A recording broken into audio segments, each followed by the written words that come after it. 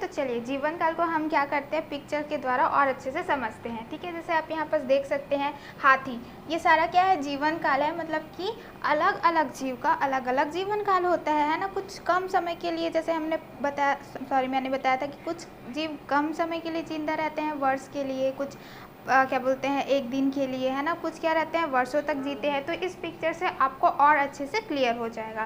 तो देखिए यहाँ पर क्या है, हाथी है ना। हाथी का जीवन काल अगर हम देखें तो वो 70 से 90 वर्ष तक के क्या हो सकता है, जी सकता है। अगर हम वहीं पर कुत्ते की बात करते हैं, है ना, तो वो क्या होता है 10 से 18 वर्ष तक जी सकता है। गिलहरी की बात करते हैं तो 8 से 9, है ना। घोड़े की बात करते हैं तो 25 से 30 तक के। शेर की बात करते हैं तो 20 से 25। अगर हम किसी क्या बोलते हैं मक्खी की बात कर रहे हैं तो वो 1 से 4 महीने तक के। अगर हम चूहे की बात कर रहे हैं 2 से 3 तक के, है ना। अगर हम कछुए की बात करें तो देखिए 120 से 150 तक के वर्ष तक के वो क्या हो सकता है, जी सकता है। अगर वही हम मनुष्य की बात करें तो 80 से वो 100 साल तक के जी सकते हैं। तो आप देख सकते हैं कि अलग अलग क्या है आपके जीव हैं जो अलग अलग जीवन काल उनमें रहता है। ठीक है, तो आई होप कि आपको ये समझ में आ गया होगा। तो चलिए आगे देखते हैं।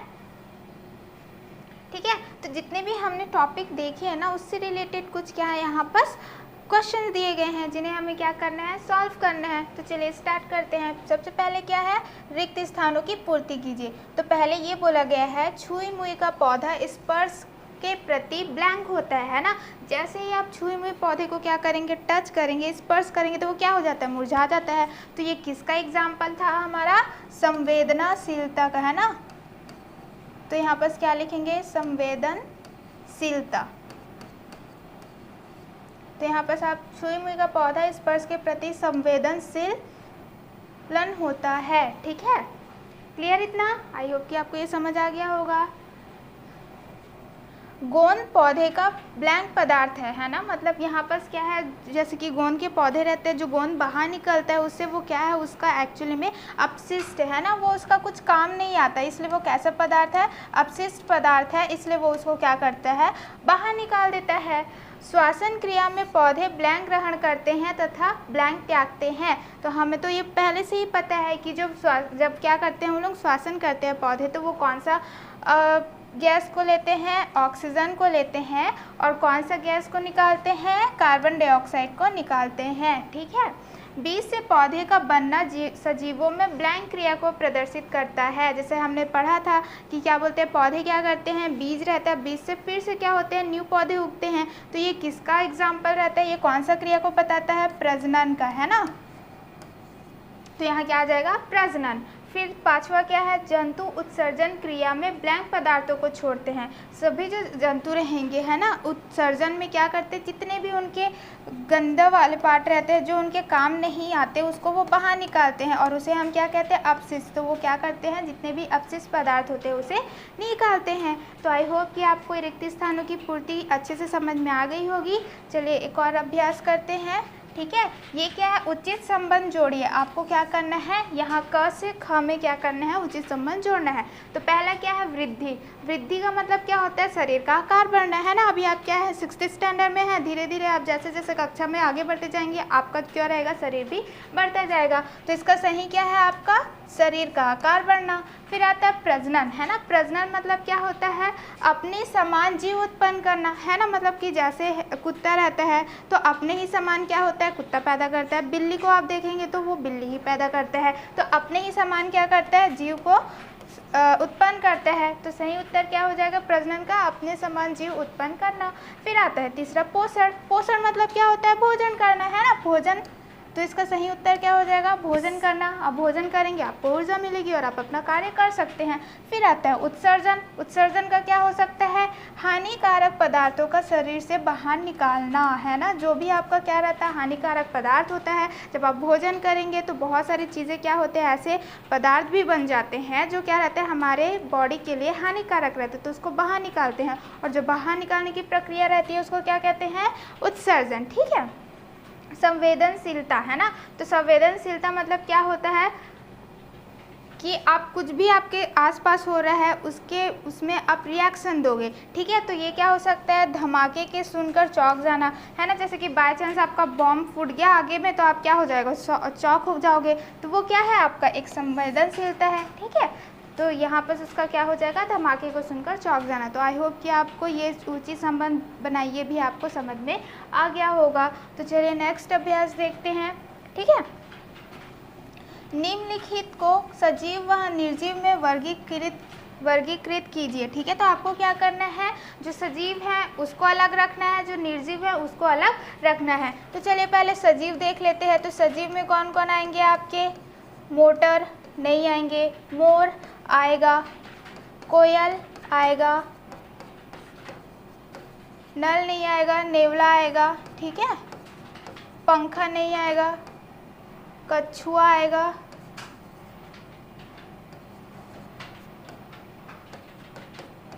चींटी आएगी, गुब्बारा नहीं आएगा, हवाई जहाज नहीं आएगा, आम का पौधा आएगा,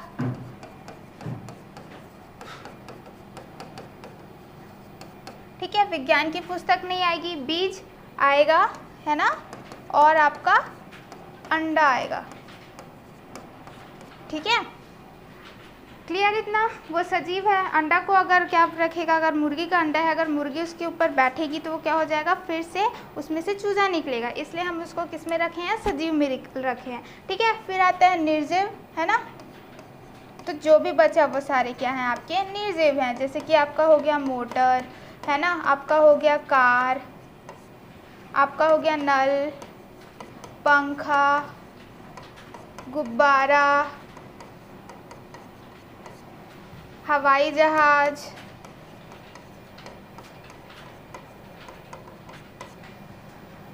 विज्ञान की पुस्तक,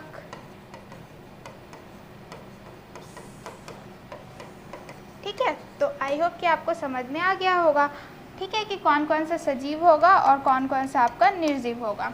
फिर क्या है नेक्स्ट क्वेश्चन आपका, सजीवों के निम्नलिखित लक्षणों को समझाइए, है ना। ये क्या है, जो भी सजीव रहते हैं इसमें ये लक्षण पाए जाते हैं, उसको आपको समझाना है। तो पहले क्या है, श्वसन। श्वसन मतलब क्या होता है, आप क्या करेंगे, सांस लेते हैं जिसमें आप ऑक्सीजन अंदर लेते हैं और कार्बन डाइऑक्साइड को बाहर निकालते। तो जो भी सजीव रहता है वो ये क्रिया को करता है, ठीक है। जैसे मैंने आपको पहले भी बताया था, जो पौधे होते हैं वो कार्बन डाइऑक्साइड ज़रूर लेते हैं लेकिन सिर्फ खाना बनाने के लिए, लेकिन वो श्वसन कैसे करते हैं, ऑक्सीजन लेके ही वो करते हैं, ठीक है। तो आई होप कि आपको श्वसन समझ में आ गया होगा। उत्सर्जन, है ना। उत्सर्जन मतलब कि आपके बॉडी में जो भी हानिकारक पदार्थ होता है उसको अपने शरीर से बाहर निकालने की जो प्रक्रिया होती है उसे हम क्या कहते हैं, उत्सर्जन कहते हैं, ठीक है। प्रजनन, प्रजनन मतलब क्या होता है, अपने ही समान क्या करना, जीव उत्पन्न करने की प्रक्रिया को क्या हम कहते हैं, प्रजनन कहते हैं। पोषण, है ना, जो खाना हम खाते हैं, भोजन लेते हैं ना, भोजन ग्रहण करने ही क्या होता है, आपका पोषण कहलाता है।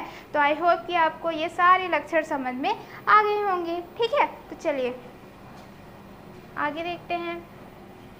आपको क्या करना है, इन्हें करके देखना है। एक कांच, है ना, एक कांच के गिलास में फिनोप्थेलिन का गुलाबी घोल लीजिए, उसमें मुंह से फूकिए, देखिए क्या परिवर्तन होता है, ठीक है। तो हमने क्या किया था, एक क्रियाकलाप किया था, है ना, जिसमें हमने क्या लिया था, फिनोप्थेलिन लिया था और क्या लिया था, आपका कॉस्टिक सोडा, जिसको हम क्या बोलते हैं, सोडियम हाइड्रोक्साइड लिया था। तो वो क्या हो गया था, गुलाबी कलर का हो गया था। तो वही आपको क्या करना है, फिर से उसका घोल लेना है। अब वही गुलाबी कलर को क्या करेंगे, मुँह पे रख के आपको फूकना है। जब आप मुँह में रख के फूकेंगे तो कौन सा गैस आपका बाहर निकलेगा, कार्बन डाइऑक्साइड। तो जब वो कार्बन डाइऑक्साइड उस क्या करेगा, गुलाबी रंग से क्रिया करेगा तो वो कैसा हो जाएगा, रंगहीन हो जाएगा, जिससे आपको पता चलेगा कि जो कार्बन डाइऑक्साइड है वो कैसा है, आपका अम्लीय है, एसिडिक है नेचर में, ठीक है। तो आई होप कि आपको ये समझ में आ गया होगा। फिर है सूरजमुखी के फूल का सुबह तथा शाम को अवलोकन कर होने वाले परिवर्तन को नोट कीजिए। ठीक है, तो ये तो आई गेस आपको पता ही है कि सूर्यमुखी क्या होता है, सुबह में जहाँ जिस दिशा में सूरज रहता है वहाँ रहता है, मुड़ जाता है, जैसे ही शाम होता है सूरज ढल जाता है तो वो अपना क्या करता है, फिर से चेंज कर लेता है ना, अपना मुख को। तो आपको वही देखना है। ठीक है, तो आई होप कि आपको समझ में आ गया होगा, जिससे हमें पता चलेगा कि जो सूर्यमुखी है वो क्या होता है, सूर्य की किरण से क्या होता है, संवेदनशीलता होता है। ठीक है, तो यहाँ पर ये आपका छोटा सा जो इन्हें कीजिए समाप्त होता है। चलिए तो हम नेक्स्ट टॉपिक देखते हैं। ठीक है, नेक्स्ट टॉपिक क्या है आपका, सजीवों में समानता है। सबसे पहले हमने क्या कंप्लीट किया है, जो भी लक्षण है सजीवों का उसे पढ़ा है। अब हम देखेंगे कि सजीवों में क्या क्या क्या समानताएं होती हैं। ठीक है, तो चलिए, इन सभी का शरीर कोशिकाओं से मिलकर बना होता है। ठीक है, चाहे वो क्या हो, एक कोशिका वाले हो, चाहे वो बहु कोशिका वाले जीव हो, चाहे वो मक्खी हो, चाहे वो मच्छर हो, वो सारे क्या होते हैं, कोशिका से मिलके बने होते हैं। ठीक है, सभी का एक निश्चित जीवन चक्र होता है। इन मूलभूत समानताओं के होते हुए भी इनमें कुछ विभिन्नताएं दिखाई देती है जो उनके वातावरण के कारण उत्पन्न होती है। जैसे स्थलीय जंतुओं में प्रचलन का कार्य पैरों द्वारा, जलीय जंतु जैसे मछली में फिन्स द्वारा, जबकि पक्षियों में पंखों द्वारा होता है। ठीक है, तो इसमें बोला गया है कि वो सारे एक कोशिका से बने होते हैं। उसमें भी क्या होता है, श्वसन होता है, उत्सर्जन होता है, प्रजनन होता है, पोषण उन लोग ग्रहण करते हैं। ये सारी क्या है, उनकी समानताएं हैं। लेकिन ये क्या है, ये सारी समानताएं होने के बाद भी उनमें कुछ ना कुछ विभिन्नताएं आपको देखने को मिल जाएंगी। ठीक है, और वो कब होती है, वो अपने वातावरण जो भी उनके जहाँ पर वो रहते हैं उससे वो क्या होती है, विभिन्नताएं आपका प्रकट होती है। जैसे कि यहाँ पर क्या एग्जाम्पल दिया गया है आपका, जैसे कि स्थलीय जंतु है ना, जो ज़मीन में रहते हैं वो कैसे चलते हैं, अपने पैरों से चलते हैं। जैसे आप घोड़ा देख सकते हैं, गाय देख सकते हैं, वो सारे क्या है, पैरों से चलते हैं। ठीक है, अगर आप जलीय जंतु को देखेंगे जो पानी में रहते हैं, वो कैसे रहते हैं, आपके फिन्स है ना, मतलब कि उनके क्या रहते हैं, छोटे छोटे पंख रहते हैं, आप बोल सकते हैं, जिसको हम क्या बोलते हैं, फिन्स बोलते हैं। तो फिन्स की सहायता से वो क्या करते हैं, तैरते हैं। फिर अगर आप पक्षियों की बात करें जो आकाश में रहते हैं तो वो उड़ते हैं, वो किसके सहारे उड़ते हैं, आपके पंखों के द्वारा। तो ये हो गया ना विभिन्नताएं, है ना, कोई पैर से चल रहा है, कोई फिन्स के सहायता इधर एक जगह से दूसरे जगह जा रहा है, कोई पंख से। तो यहाँ पर आप देख सकते हैं कि उनमें भी विभिन्नताएं होती है। अगर समानताएं हैं कुछ तो विभिन्नताएं भी आपको देखने को मिल जाएंगी। सजीवों में पाई जाने वाली विविधताएं, है ना, तो उसी के बारे में हम पढ़ेंगे कि क्या क्या विविधता हमको देखने को मिल सकती है, क्या क्या उन सब में अलग अलग चीज़ें हम पा सकते हैं। तो सबसे पहले आकार में विविधता, है ना, तो आकार में तो आप देख ही सकते हैं कि चींटी कितना छोटा है, हाथी कितना बड़ा है ना। तो यहीं पर आप देख सकते हैं कि उसमें क्या है, आकार में कितना अंतर होता है। और उसको जानने के लिए हम क्या करेंगे, एक छोटा सा क्रियाकलाप करेंगे। उसके लिए हमारे पास क्या होना चाहिए, देखते हैं, तालाब या पोखर का पानी, कांच की स्लाइड, सूक्ष्मदर्शी यंत्र। ठीक है, तो यहाँ पर क्या होता है, ये सारी चीज़ें हमको चाहिए। कहीं से भी आप पानी उठा लीजिए, तालाब का ले लीजिए, उसको क्या करना है, स्लाइड में रखना है और फिर सूक्ष्मदर्शी के आगे आपको देखना है। तो हम क्या देखेंगे कि आप जब पानी देखेंगे तो उसमें कुछ बहुत सारा हिलता डुलता आपको चीज़ें दिखाई देंगी। तो यहाँ पर आखिर में ये है क्या, आप सूक्ष्मदर्शी से देख रहे हैं, है ना, मतलब कि आपको वो खुली आंखों से नहीं दिख रहा है। तो वो सारे किसमें आते हैं, आपके सूक्ष्म जंतु कहलाते हैं ना, जो आपको खुली आंखों से नहीं दिखाई देते उसे हम क्या कहते हैं, सूक्ष्म जंतु कहते हैं। जिसमें क्या क्या आते हैं, आपके पैरामीशियम क्या क्या आते हैं, आपके पैरामीशियम आएगा, ठीक है, स्पायरोगायर आएगा, यूग्लिना आएगा। ये सारे क्या हैं, आपके सूक्ष्म जंतु हैं। ठीक है, जो पानी में आपको देखने को मिल जाएगा और ये कुछ इस प्रकार का आपको अलग अलग दिखाई देगा। ठीक है, अवलोकन, कुछ हिलती डुलती, अगर अवलोकन करें तो कुछ हिलती डुलती आकृतियाँ दिखाई देती हैं। ये जल में पाए जाने वाले सूक्ष्म जीव पैरामीशियम, यूग्लिना आदि, है ना। तो ये सारे क्या होते हैं, आपके देखिए सूक्ष्म जीव रहते हैं। ठीक है, यहाँ पर उसका एग्जाम्पल भी दे दिया है। ये सारी चीज़ें आपको देखने को मिलती हैं, है ना। आप देख सकते हैं उसके आकार में क्या है, अलग अलग विविधता आपको देखने को मिलेगा, आकृति देखने को मिलेगी। ठीक है, जैसे यहाँ पर हम देखेंगे कि हाथी बड़ा है किससे, चींटी से, लेकिन हाथी से भी बड़ा क्या रहता है, आपका जो लार्ज है ना, लार्जेस्ट अगर आप बोलेंगे सबसे बड़ा क्या रहता है जीव, वो है आपका ब्लू व्हेल। ठीक है, तो हाथी से बड़ा कौन रहता है, ब्लू व्हेल रहता है। का भार, अगर हम भार की भी बात करते हैं तो 30 वयस्क हाथियों के बराबर होता है ना। 30 ठो हाथी रख दो और एक ब्लू व्हेल रख दो, दोनों क्या हो जाएंगे, बराबर हो जाएंगे। तो वो इतना बड़ा क्या रहता है आपका, ब्लू व्हेल रहता है। आप हाथी तो देखे होंगे कितना बड़ा होता है, तो सोचिए 30 ठो हाथी और एक ब्लू व्हेल, दोनों क्या हो जा रहे हैं, बराबर हो जा रहे हैं। ठीक है। कुछ पौधे के फूल बहुत छोटे होते हैं तो कुछ के बड़े, है ना। अगर हम फूलों की भी बात करते हैं तो कुछ बहुत छोटे छोटे होते हैं, कुछ बहुत बड़े बड़े होते हैं। अगर हम बीज की भी बात कर रहे हैं तो कुछ छोटे छोटे होते हैं, कुछ बड़े बड़े होते हैं, है ना। इसी प्रकार कुछ पौधे के बीज धूल के कण के समान होते हैं तो कुछ के बहुत बड़े होते हैं। जैसे कि आप आम खाते हैं, है ना, आप क्या बोलते हैं, जामुन खाते हैं, तो ये सारे क्या होते हैं, उनकी गुठली छोटी बड़ी होती है ना। तो आप सोचिए कि सबसे बड़ा फूल आपको कौन सा देखने को मिलेगा। ठीक है, तो उसका नाम होता है रेफ्लेसिया। ठीक है, उसका नाम क्या होता है, रेफ्लेसिया। ये क्या है, ऐसा फूल है जो बहुत ही बड़ा होता है। और फिर बोला है सबसे बड़ा बीज आपको कहाँ से मिलेगा, कौन सा है, तो होती है आम की गुठली।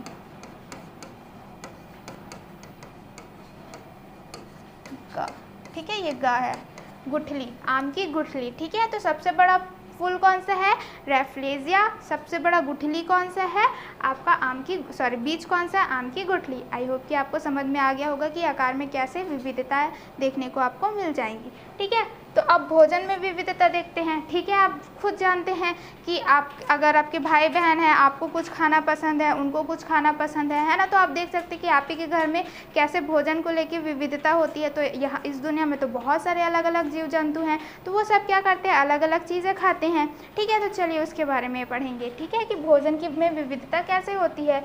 तो स्वपोषी होते हैं। ठीक है, कुछ क्या होंगे आपके, स्वपोषी होते हैं, जो खुद क्या करते हैं, अपना खाना बनाते हैं। ठीक है, तो स्वपोषी में कौन आ जाएगा, आपके जितने भी पौधे होते हैं ना, हरे रंग के जो पौधे होते हैं वो सारे क्या कहलाते हैं, आपके स्वपोषी कहलाते हैं। क्यों, क्योंकि वो खुद का खाना बनाते हैं, खाते भी हैं और दूसरों को देते भी हैं। ठीक है, तो आई होप कि आपको समझ आ गया होगा कि स्वपोषी क्या होता है।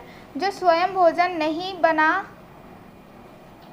ठीक है, जो स्वयं भोजन नहीं बना पाते वे दूसरे पौधे से अपना भोजन लेते हैं, है ना। और क्या होते हैं, यहाँ पर कौन से पौधे आपके खाना बनाएंगे, जो ग्रीन कलर के, हरे कलर के रहते हैं, वो अपना खाना बनाते हैं। लेकिन सारे पौधे तो क्या होते हैं, हरे कलर के नहीं होते। तो ऐसे पौधे जो खाना नहीं बनाते वो दूसरे पौधे पे क्या रहते हैं, आश्रित रहते हैं। जैसे आपका एग्जाम्पल दिया हुआ है अमरबेल, है ना, जिसे क्या कहते हैं, अमरबेल। वो क्या करता है, दूसरे पेड़ों पे क्या बोलते हैं, लपेट आ जाता है और फिर वहाँ से क्या करता है, उसके में अलग से जड़ रहता है। ठीक है, वो उसको क्या करता है, उसके जो भी क्या बोलते हैं पोषक रहते हैं पौधे के, वो उसको ले लेता है। ठीक है, इन्हें परजीवी कहते हैं और ऐसे पौधों को क्या कहा जाता है, परजीवी कहा जाता है। उसका एग्जाम्पल क्या है आपका, अमरबेल। ठीक है, मृतोपजीवी जैसे कुकुरमुत्ता। ठीक है, जैसे कि आप एक और देख सकते हैं, यहाँ विविधताएं बोली गई। तो हमने सबसे पहले क्या देखा, स्वपोषी देखा, जो खुद का खाना बना सकता है। ऐसे पौधे जो दूसरों पे क्या करते हैं, खाने के लिए आश्रित रहते हैं, उसे हम क्या कहते हैं, परजीवी कहते हैं। एक और होता है आपका क्या, मृतोपजीवी, जो क्या रहते हैं, सड़े गले रहते हैं, है ना, चीज़ों से अपना खाना लेता है, उसे हम क्या बोलते हैं, मृतोपजीवी कहते हैं। जैसे कि आपका एग्जाम्पल दिया हुआ है कुकुरमुत्ता। फिर आता है आपका कीटभक्षी, जैसे कलश, पादप, तुम्बी लता, है ना, ये आदि, ये सारी चीज़ें क्या रहती हैं आपकी कीटभक्षी, मतलब कि क्या कहते हैं, वो छोटे छोटे कीट को खाते हैं। ऐसे पौधे को हम क्या कहते हैं, कीटभक्षी कहते हैं। जैसे एग्जाम्पल में क्या हो जाएगा आपका, कलश, पादप। ठीक है, फिर आता है जीव। अब देखिए इतना सारा हो गया, खुद का खाना बना रहे हैं, दूसरों पे निर्भर कर रहे हैं, कोई कीट खा रहा है, कोई सड़े गले को पदार्थ को क्या कर रहा है, अपना भोजन बना रहा है ना। तो जीव शाकाहारी, है ना, क्या करते हैं, ये तो सिर्फ हमने पौधा की विविधता देखी थी। अगर हम जीव की विविधता देखेंगे तो क्या होते हैं, शाकाहारी होते हैं, जो क्या करते हैं, सिर्फ पेड़ पौधे खाएंगे। मांसाहारी होते हैं, जो सिर्फ क्या करते हैं, मांस खाते हैं, है ना। एवं सर्वाहारी होते हैं, जो क्या खाते हैं, पौधे भी खा लेते हैं, मांस भी खा लेते हैं, उसे क्या कहते हैं, सर्वाहारी कहते हैं। शाकाहारी में कौन आएंगे, आपका जो घोड़ा है, गाय है ना, बकरी है, वो सारे किस में आएंगे, शाकाहारी में आएंगे। मांसाहारी में कौन आ जाएगा, जो आपका शेर है ना, तेंदुआ है, वो सारे मांसाहारी में आ जाएंगे। सर्वाहारी में क्या आ जाएगा, भालू आ जाएगा, है ना, वो बैम्बू भी खाता है, बाज भी खाता है और क्या खाता है, आपका मांस भी खा लेता है, तो वो किस में आ जाएगा, सर्वाहारी में आ जाएगा। तो आपने देखा कि विभिन्न जीवों में भोजन संबंधी विविधताएं भी पाई जाती है। तो आप देख सकते हैं कि आकार में तो वो विविधता थी ही, साथ में आपको क्या बोलते हैं भोजन संबंधी भी क्या हो जाएगी, विविधताएं देखने को मिल जाएगी। ठीक है, तो आई होप कि आपको ये टॉपिक भी क्लियर है। तो चलिए इसका ये देखिए, है ना, कुकुरमुत्ता। तो ये क्या रहता है आपका, कुछ इस प्रकार से आपको देखने को मिल जाता है। जो क्या करते हैं, जो भी सड़े गले पदार्थ रहते हैं उसमें रहता है। जैसे कि देखिए बारिश के समय में क्या होता है आपका जो लकड़ी रहता है वो सड़ने लगता है ना, और उसी में क्या रहता है ये आपको देखने को मिल जाएगा। ये आपका कलश पादप, कलश पादप में क्या रहेगा, यहाँ पर कीड़े आएंगे तो ये उसका लीड रहता है जो वो बंद हो जाएगा और कीड़ा को क्या खा जाता है। ये देखिए अमर बेल है ना, यहाँ पर अमर बेल है, वो क्या कर रहा है आपका, ये इस तरह से लपटाया हुआ है दूसरे पेड़ में, फिर ये जड़ निकालता है और उससे क्या हो जाता है, पोषक को ले लेता है। तो अमर बेल कैसा रहता है, परजीवी रहता है। ठीक है, तो आई होप कि आपको ये समझ में आ गया होगा। चलिए आगे देखते हैं। ठीक है, अब देखेंगे आवास के आधार पर विविधता। ठीक है, आवास मतलब क्या होता है, जहाँ पर जो जीव रहेगा, खाएगा, प्रजनन करेगा, वो सारी चीज़ें क्या कहलाती है, आपकी आवास कहलाती हैं। ठीक है, तो हमने भोजन की विविधता देख ली, आकार की विविधता देख ली, अब हम क्या देखेंगे, आपका आवास में विविधता देखते हैं। ठीक है, तो चलिए स्टार्ट करते हैं। सजीवों को आवास के आधार पर स्थलीय, जलीय एवं मरुस्थलीय में विभाजित किया गया है। अगर हम क्या कर रहे हैं, सजीव को विभाजित करेंगे तो 3 में बांट गया है। ठीक है, स्थलीय जो क्या रहेगा, जमीन में रहेगा, जलीय जो पानी में रहेगा, मरुस्थलीय जो क्या रहेंगे, रेत में रहते, उसे हम मरुस्थलीय कहते हैं, जैसे डेजर्ट है ना। तो पहला हम देखेंगे किसका, स्थलीय जंतु। ठीक है, स्थलीय जंतु में एवं पौधे, ऐसे जंतु एवं पौधे जो स्थल पर पाए जाते हैं स्थलीय कहलाते हैं। ठीक है, स्थलीय जंतु एवं पौधे, ऐसे जंतु और पौधे जो स्थल में क्या हो जाएंगे, आपके पाए जाते हैं, उसे स्थलीय कहलाते हैं। जैसे क्या हो गया, गुलाब हो गया, मनुष्य हो गया, घोड़ा, शेर, गाय है ना, बकरी, नीम, बरगद, आम आदि, ये सारे आपको स्थल में ही पाए जाएंगे, जमीन पे, भूमि पे पाए जाएंगे, इसलिए वो कैसे हैं, आपके स्थलीय जीव जंतु कहलाते हैं। ठीक है, तो आई होप कि आपको समझ में आ गया होगा कि स्थलीय जंतु किसे कहते हैं। फिर हम देखेंगे कि जलीय जंतु किसे कहते हैं। ठीक है, जलीय जंतु एवं पौधे, ऐसे जंतु एवं पौधे जो जल में पाए जाते हैं, जो किस में पाए जाएंगे, जल में पाए जाएंगे, उन्हें जलीय जीव कहते हैं। अब इसका एग्जाम्पल क्या क्या हो जाएगा, मछली, कमल आदि, ये सारे आपको कहाँ मिलेंगे, जल में ही मिलेंगे, है ना। जलीय जंतुओं का आकार नौकाकार होता है। ठीक है, वो नौका की तरह होता है। ऐसा क्यों होता है, क्योंकि वो किस में रहते हैं, जल में रहते हैं, तो उसके मूवमेंट के लिए है ना, कि वो अच्छे से क्या हो जाए, तैर सके, इसलिए उसका आकार कैसा रहता है, नौकाकार का रहता है। जैसे मछली तथा कुछ के पैरों में 5 जाल पाया जाता है, जैसे मेंढक और बतख है ना, तो कुछ के पैर क्या रहते हैं, आप मेंढक का देखेंगे कुछ इस प्रकार से रहता है, बतख का देखेंगे यहाँ पर वेब बना रहता है ना, क्या पाया जाता है, 5 जाल पाया जाता है। ठीक है, मेंढक और बतख का आप देखेंगे तो। ठीक है, आई होप कि समझ में आपको आ गया होगा। जलीय पौधे की जड़ों एवं तनों में हवा से भरी हुई विशेष संरचनाएं पाई जाती हैं। अगर हम क्या कर रहे हैं, जलीय पौधे की जड़ की बात करेंगे या तो फिर आपका क्या रहता है, तना की बात करेंगे, तो उसमें क्या पाया जाता है, एक संरचनाएं पाई जाती है, जिसमें क्या रहता है, हवा पाई जाती है। अब हवा क्यों पाई जाती है, जिसे उन्हें पानी की सतह पर तैरने में सहायता मिलती है। ठीक है, तो क्यों पाई जाती है, उसमें हवा क्यों पाई जाती है, ताकि वो सतह, जो पानी की सतह है, उसमें वो अच्छे से तैर सके, जैसे जलकुंभी आदि। ठीक है, ऐसे जंतु जो जल एवं स्थल दोनों में पाए जाते हैं, उन्हें उभयचर, ठीक है, उन्हें उभयचर कहते हैं। उदाहरण मेंढक, मगर, कछुआ। ठीक है, तो यहाँ पर बोला गया है जो स्थल में रहते हैं वो क्या रहेगा, स्थलीय जंतु, जो जल में रहेगा जलीय जंतु। तो जलीय जंतु में हमने क्या देखा है आपका, कि उनका क्या रहता है, नौकाकार आकार रहता है ना, और कुछ जंतु में जालपात पाए जाते हैं। वो सारे क्यों, ये जो आपका विशेष कैरेक्टर जो है, लक्षण है, वो क्यों है, ताकि वो पानी में रहते हैं तो अच्छे से सर्वाइव कर सके, इसलिए रहते हैं। ठीक है, और क्या बोलते हैं, अगर हम पौधे की बात करते हैं, जलीय पौधे की बात करते हैं, तो उसमें एक विशेष संरचनाएं रहती है, जिसमें हवा भरा रहता है, ताकि वो पानी की सतह में अच्छे से तैर सके। अब ऐसे जंतु जो क्या रहते हैं, पानी में भी रह सकते हैं, स्थल में भी रह सकते हैं, उसे हम क्या कहते हैं, उभयचर कहते हैं। उदाहरण में आप देख सकते हैं मेंढक, मेंढक दोनों है ना, पानी और ज़मीन दोनों में आपको मिल जाएगा। मगरमच्छ वो पानी में भी रह लेता है, आपका क्या बोलते हैं ज़मीन में भी रह लेता है। कछुआ की बात करते हैं तो वो भी क्या रहता है, दोनों में रह लेता है। ठीक है, तो आई होप कि आपको जलीय जंतु भी अच्छे से समझ में आ गया होगा। चलिए देखते हैं मरुस्थलीय जंतु एवं पौधे। ठीक है, तो इसमें क्या है, मरुस्थल यानी रेगिस्तान में पाए जाने वाले जंतु एवं पौधे मरुस्थलीय कहलाते हैं। ठीक है, मरुस्थलीय यानी कि रेगिस्तान। अब रेगिस्तान में जो जंतु पाए जाएंगे, जो भी आपका क्या बोलते हैं पौधे पाए जाएंगे, वो किस में आएंगे, आपके मरुस्थलीय में आएंगे। यहाँ पाए जाने वाले जंतुओं एवं पौधों में विशिष्ट संरचनाएं पाई जाती है, जैसे ऊँट के पैर में के तलवे में गद्देदार होते हैं। ठीक है, तो यहाँ पर क्या है, आप रेगिस्तान आप देख रहे होगे तो बहुत ज़्यादा गर्मी प्लस क्या रहेगा, धूल धूल रहेगा। तो वहाँ पर जो भी जंतु रहेंगे या तो फिर पौधे रहेंगे, दोनों में क्या रहते हैं, विशेष लक्षण पाए जाते हैं। एग्जाम्पल में आपका दिया हुआ है आपका ऊँट, तो ऊँट के जब आप पैर को देखेंगे है ना, पैर के तलवे देखेंगे तो वो क्या होते हैं, गद्दीदार रहते हैं, ताकि वो क्या कर सके, आपका रेत में अच्छे से चल सके। नखफली का तना मांसल होता है तथा पत्तियां कांटों में बदल जाती हैं। अगर हम तना देखेंगे तो वो कुछ इस प्रकार का रहता है, जो कैसा रहेगा, मांसल रहेगा। और जो उसका पत्ती रहता है वो किस में चेंज हो जाता है, आपका कांटेदार में चेंज हो जाता है। क्यों हो जाता है, क्योंकि वहाँ पानी की कमी होती है और पानी की कमी को और कम करने के लिए, मतलब कि ज़्यादा वेस्ट ना हो, इसलिए वो इस तरह का संरचना बनाते हैं। ठीक है, तो आई होप कि समझ में आ गया होगा कि कुछ कुछ इस विशेष लक्षण क्यों पाए जाते हैं। ठीक है, क्योंकि वो रेगिस्तान में रहते हैं और वहाँ पर रहना बहुत ज़्यादा मुश्किल होता है। ठीक है, आप यहाँ पर देख सकते हैं ये मछली है ना, तो ये मछली कैसे हो है, आपका जलीय है। वो देखिए आपका नौकाकार है। जलकुंभी देखिए, इसमें हवा पाई जा रही है। क्यों पाई जा रही है, ताकि वो क्या हो, पानी की सतह में अच्छे से रह सके।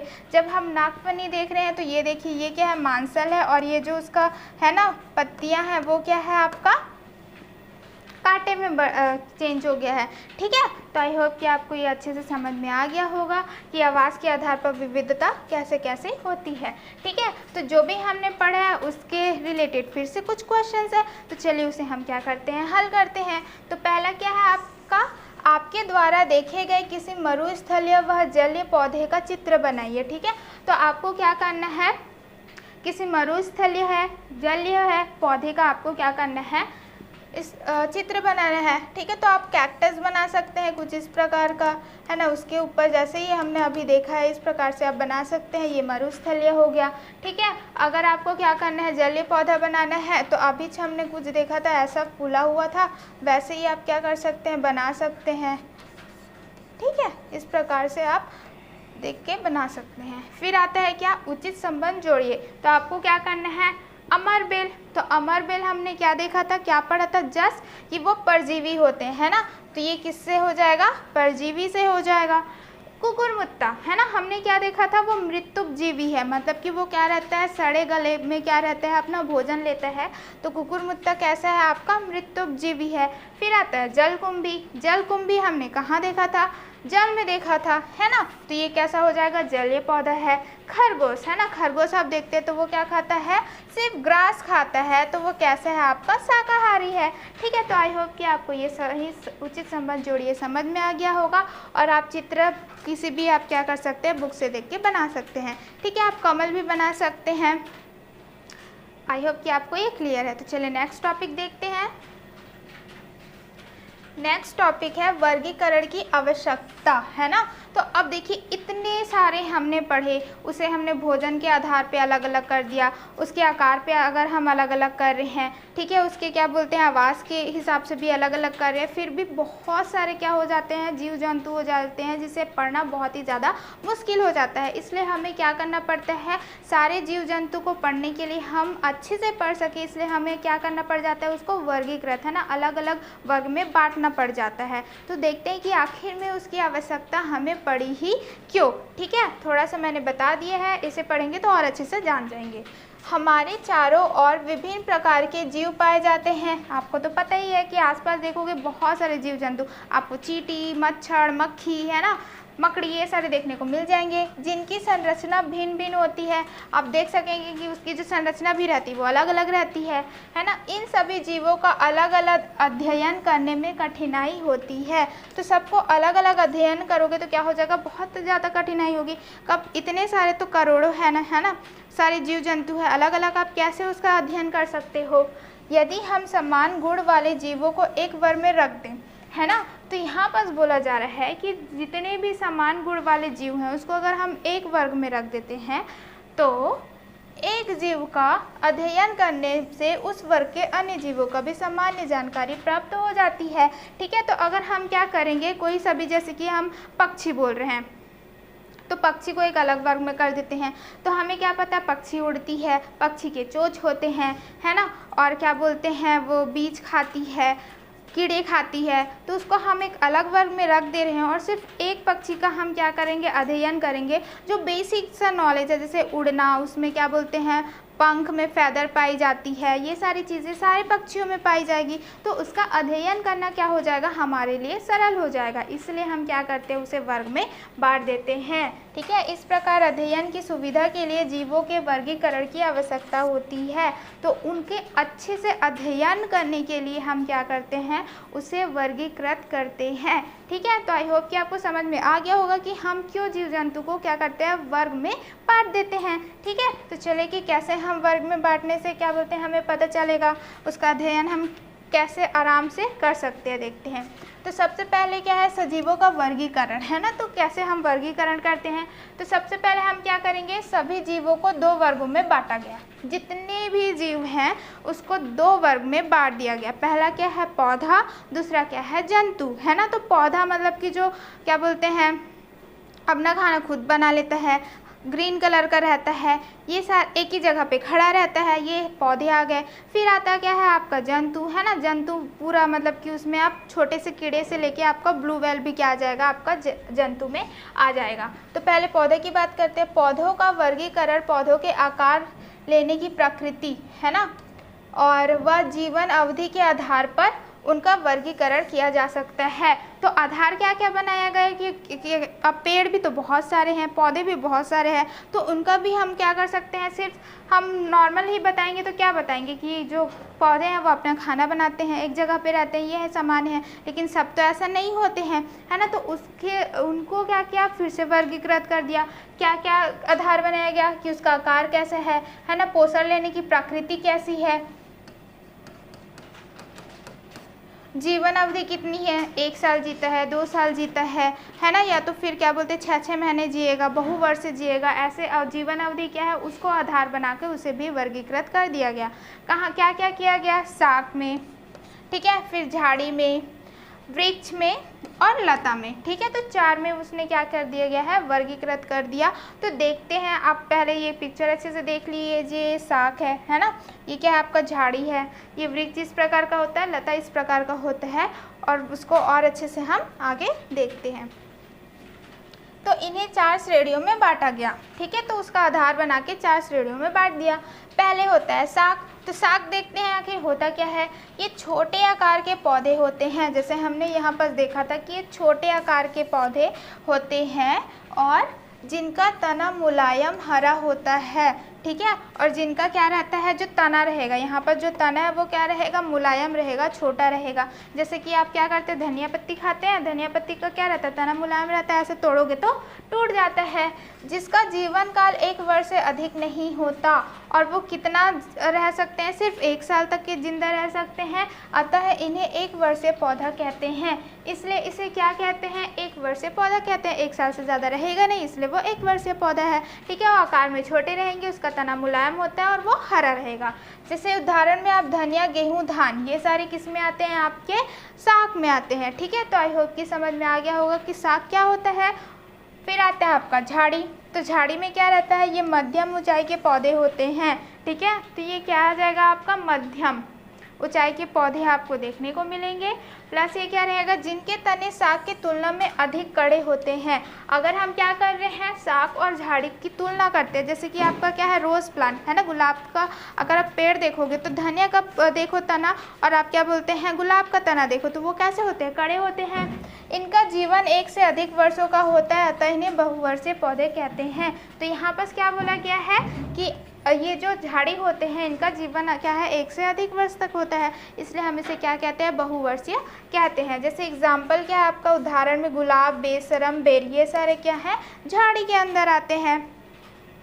फिर हम देखेंगे वृक्ष। ठीक है, तो वृक्ष देखते हैं, ये ऊंचे तथा बड़े आकार के होते हैं। आप देख सकते हैं जैसे बरगद पीपल आपने देखा होगा, वो बहुत बड़े होते हैं आकार में, और क्या होते हैं, इनके तने मोटे तथा बहुत अधिक कड़े काष्ठीय होते हैं, है ना। वो इतने मोटे होते हैं कि आप उसको टंग बोलते हैं, वो उसको आप क्या कर सकते हैं, काष्ठीय भी बोलते हैं उसे।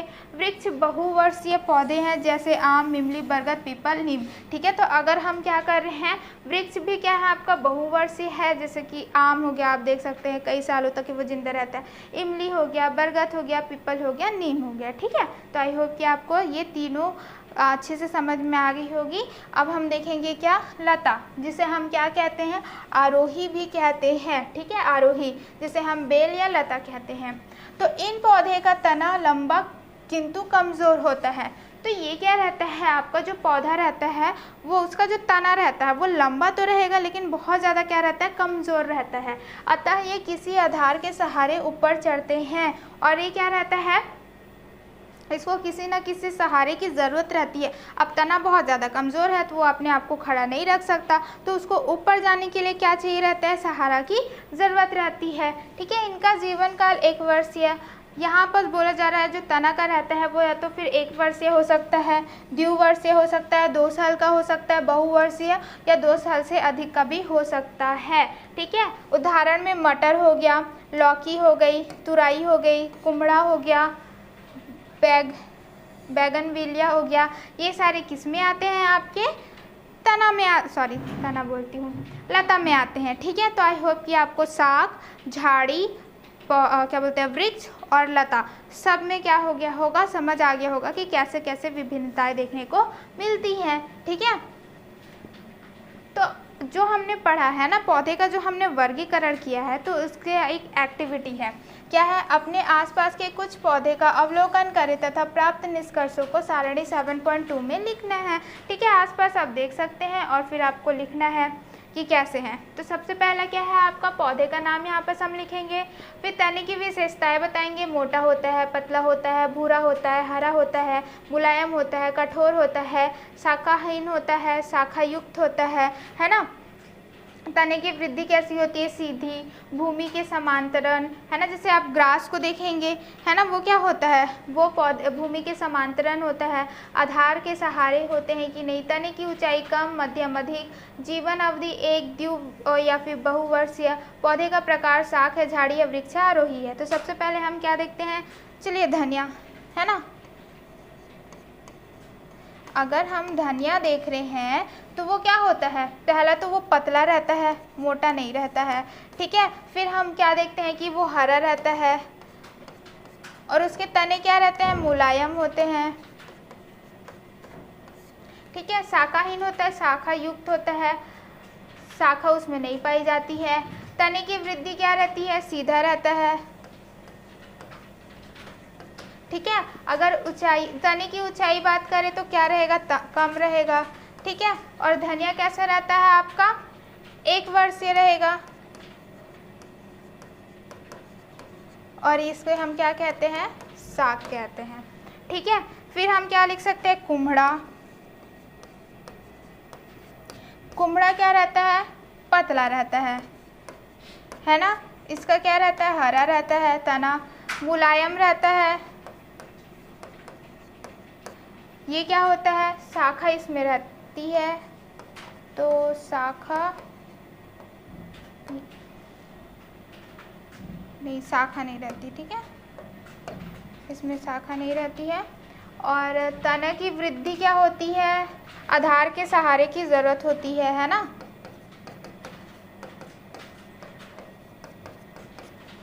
फिर ये क्या रहता है, मध्यम रहता है। फिर ये क्या रहेगा आपका, 1 वर्षीय रहता है। ये भी कैसा रहता है आपका, 1 वर्षीय रहता है। ये क्या है आपका, आरोही है। ठीक है, फिर हम क्या देख सकते हैं, गुलाब, गुलाब का क्या रहता है, मोटा रहता है, ठीक है, भूरा भी रहता है, हरा भी रहता है। मुलायम नहीं, कठोर रहेगा, शाखा युक्त रहता है, ठीक है। अगर इसकी बात करें तो ये कैसा रहता है, सीधा, और ये क्या रहता है, मध्यम का रहेगा। ये कैसा है आपका, बहुवर्षीय है, और ये किस में आता है आपका, झाड़ी में आता है, ठीक है। नींबू, क्या ले लेते हैं, नींबू ले लेते हैं, ठीक है। तो नींबू कैसे रहता है, मोटा रहता है, ठीक है। इसका अगर हम देखेंगे तो मोस्टली क्या रहेगा, भूरा रहता है, ठीक है। ये कैसा रहेगा, कठोर रहेगा, ठीक है। ये भी क्या रहेगा, शाखा युक्त रहेगा। ये कैसा रहता है, सीधा रहता है, ठीक है। ये कैसा रहेगा आपका, मध्यम रहता है। ये भी कैसा रहेगा आपका, बहुवर्षीय रहेगा। ये क्या है आपका, झाड़ी, ठीक है। फिर हम क्या ले सकते हैं, नीम, नीम क्या रहता है, मोटा, ठीक है। ये कैसा रहेगा, भूरा, तना इसका भूरा रहता है, कठोर रहता है, ठीक है, शाखा युक्त रहता है। फिर क्या होगा, तने क्या रहेंगे इसके, सीधे रहते हैं। ये कैसा रहता है, अधिक रहता है। ये कैसा है आपका, बहुवर्षीय है। ये क्या है आपका, वृक्ष है। फिर आएगा क्या आपका, बरगद, तो ये भी कैसा रहेगा आपका, मोटा, भूरा रहता है, कठोर रहते हैं इसके तने। ये कैसा रहेगा आपका, शाखा युक्त रहता है, सीधा रहता है। इसका जो आप देखेंगे है ना, तने की ऊंचाई अधिक रहती है, जीवन अवधि क्या रहती है, बहुवर्षीय रहती है, और ये क्या है, वृक्ष में आता है। तो आई होप कि ये सारणी आपको समझ में आ गई। ज़रूरी नहीं जो मैंने जो एग्जाम्पल दिए, उदाहरण दिए हैं, वही आप देखेंगे। आप मटर लिख सकते हैं, है ना, आप क्या लिख सकते हैं, और पीपल लिख सकते हैं। बहुत सारे आपको पेड़ जो भी आपके आसपास दिखाई दे रहा है वो आप उसको लिख सकते हैं, है ना। लाल भाजी लिख सकते हैं, जो भी आपके आसपास आपको मिल रहा है, और उसको फिर आपको देखना है कि उसका शाखा कैसा है, ठीक है, तना कैसा है, वो सारी चीज़ें आपको देख देख के लिखनी है, ठीक है। तो आई होप कि आपको ये समझ में आ गया होगा।